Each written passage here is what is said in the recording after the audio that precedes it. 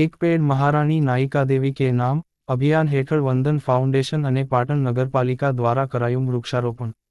પાટણ નગરપાલિકા અને વંદન ફાઉન્ડેશનના સંયુક્ત ઉપક્રમે શહેરના મુખ્ય માર્ગો અને ડિવાઈડર પર પર્યાવરણની જાળવણી તેમજ સુંદરતા વધારવાના હેતુથી અનોખો વૃક્ષારોપણ કાર્યક્રમ યોજાયો હતો.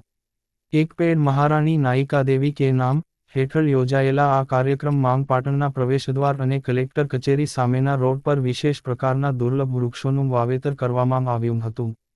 આ વૃક્ષારોપણની મુખ્ય વિશેષતા એ છે કે તેમાં લુપ્ત થતી અને દુર્લભ પ્રજાતિઓ જેવી કે ઉદાળો, કુસુમ, પંગારો અને મટરસિંગ જેવા વૃક્ષો પસંદ કરવામાં આવ્યા છે.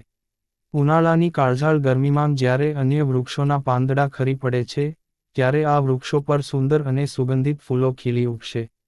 વંદન ફાઉન્ડેશન દ્વારા આ તમામ રોપાઓના ઉછેર અને જાળવણીની સંપૂર્ણ જવાબદારી લેવામાં આવી છે.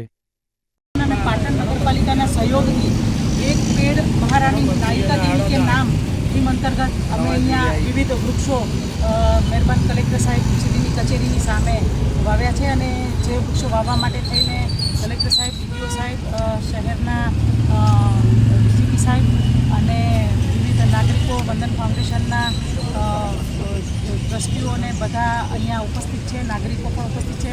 નગરપાલિકાના પ્રમુખશ્રી પણ, ઉપપ્રમુખશ્રી અને તમામ સભ્ય અહીંયા આવેલા હતા. અને આ જે વૃક્ષો વાવ્યા એ વૃક્ષોની વિશેષતા એ છે કે ઉનાળામાં જ્યારે કાળઝાળ ગરમીમાં બધા જ વૃક્ષોના પાંદડા ખરી જતા હોય ત્યારે અહીંયા જે વાવવામાં આવ્યા છે વૃક્ષો, જેમ કે ઉદાળો છે, કુસુમ છે, પંગારો છે, મટરસિંગ છે, એમાં સરસ મજાનું ફ્લાવરિંગ થતું હોય છે અને તે ખૂબ સુંદર લાગતા હોય છે.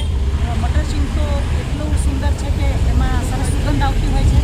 આથી પાટણની સુવાસ અહીંયા આ જાહેર સ્થળે આવતા જતા લોકો લઈ શકે